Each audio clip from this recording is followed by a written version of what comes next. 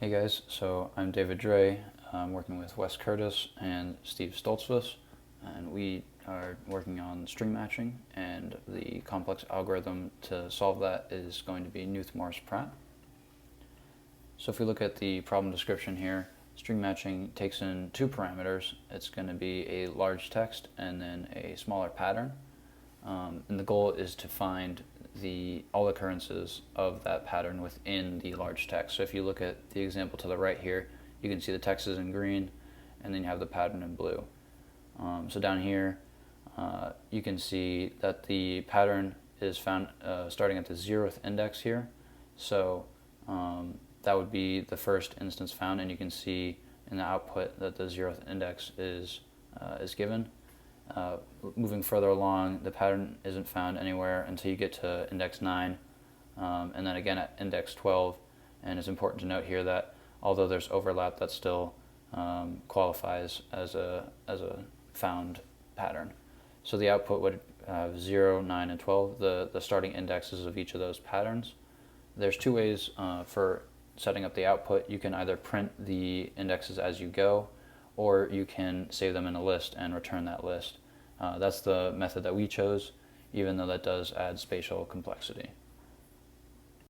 Here's the pseudocode for our naive solution, which just loops through every character in the text and checks every character in the pattern against the text in that position. This isn't very effective runtime-wise, so we'll take a look at our complex solution, which is the Knuth-Morris-Pratt. So the interesting thing about this algorithm is that it only needs to go through and look at each character in the text once, which is so much better than in the naive solution.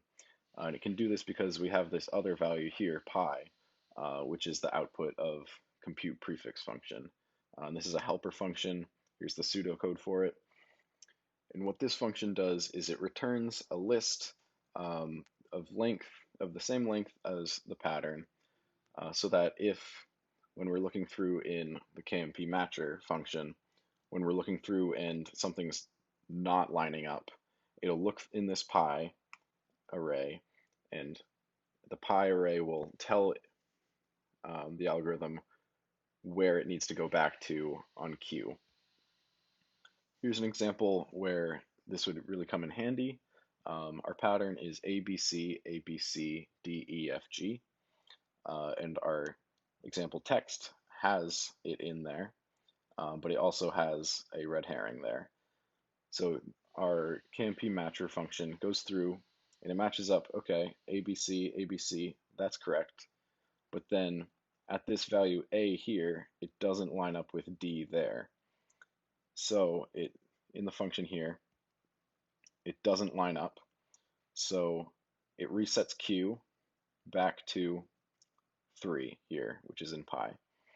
Because if we've already checked these three values here and they match up with these three here, then we don't have to check these three. It would restart at here, C. So then the A would line up with the A there and continue along until it completes. So now I'm going to pass it off to David again, where he's going to analyze these algorithms a little bit more. So now that Wes has walked you through the pseudocode for both the naive and the Knuth-Morris-Pratt algorithms, we're going to take a look at each of their runtimes. We'll start with the naive, and we'll start by looking at line 4. You can see there's a for loop that runs from 0 to n minus m, and so that'll give us a runtime of n minus m plus 1. But then when you look within that for loop on line 5, you can see arrays that are being compared, and so each of those indices are being compared.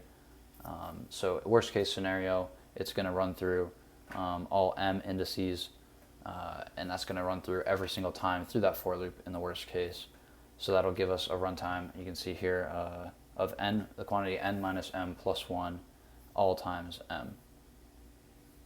Alright guys, so moving on to the Knuth-Morris-Pratt runtime.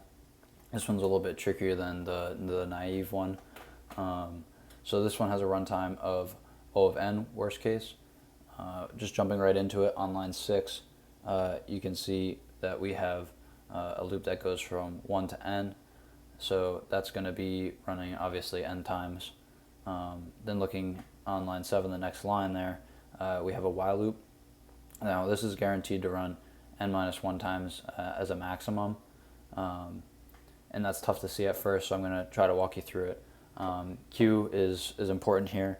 So if we look at it on line 10, you can see that Q is incremented. This is the only spot that increases Q, and because it's inside this for loop, it's guaranteed to have a maximum of n minus 1. Now it might have much less than this because it may not enter that if statement, but as a maximum it's going to be n minus 1.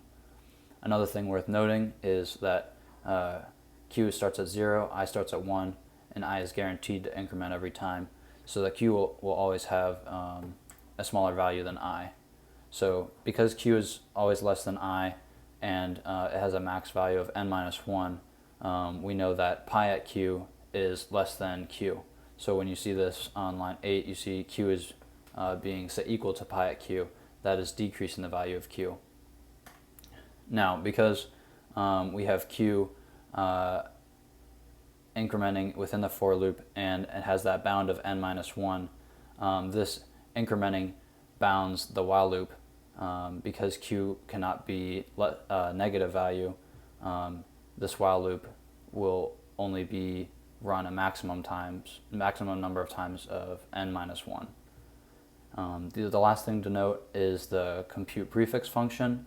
Wes showed it to you earlier. It has a very similar structure to this, where it has a for loop and then that while loop within it, and just a very similar structure. However, the for loop goes from 1 to m, so that therefore runs in O of m time.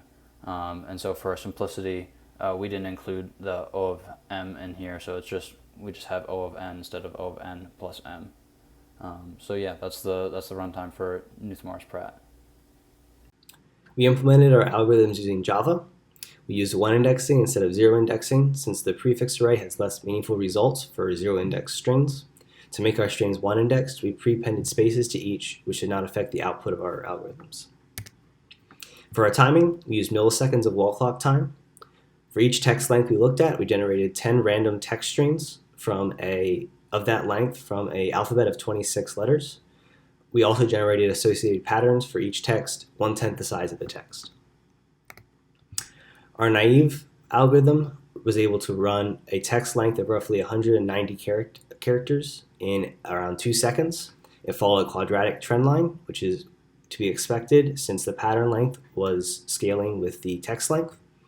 Our variance was not very large compared to the runtime, as you can see from the graph, except for one outlier at 40,000. For Knuth-Morris-Pratt, we were able to run 70 million characters in a wall clock time of around 1/4 of a second. It followed a linear trend line as expected. We had a bit more variance on our graph, but the absolute amount of variance was not very large, or about the same compared to the variance of the naive. One thing to note is that Knuth-Morris-Pratt is much more efficient than naive. So Knuth-Morris-Pratt is 40 times faster than naive for a problem that's 50 times larger. Naive runs in around 2 seconds for a text length of 200,000, while Knuth-Morris-Pratt runs in about 50 milliseconds for a text length of 10 million. Another thing is that we noticed while we were testing is that Knuth-Morris-Pratt is a bit slower with a smaller alphabet. So our standard testing alphabet was 26 characters, but we also did a bit of testing with a 2-character alphabet, which resulted in the green trend line shown in the graph. So Knuth-Morris-Pratt with 2 letters is roughly 2.5 times slower than with 26 letters. Although the asymptotic behavior is the same, this slowdown is because the while loop on lines 7 and 8 of Knuth-Morris-Pratt will run more often with a smaller alphabet. Knuth-Morris-Pratt is slightly less efficient with a more repetitive pattern, and a smaller alphabet will lead to a more repetitive pattern.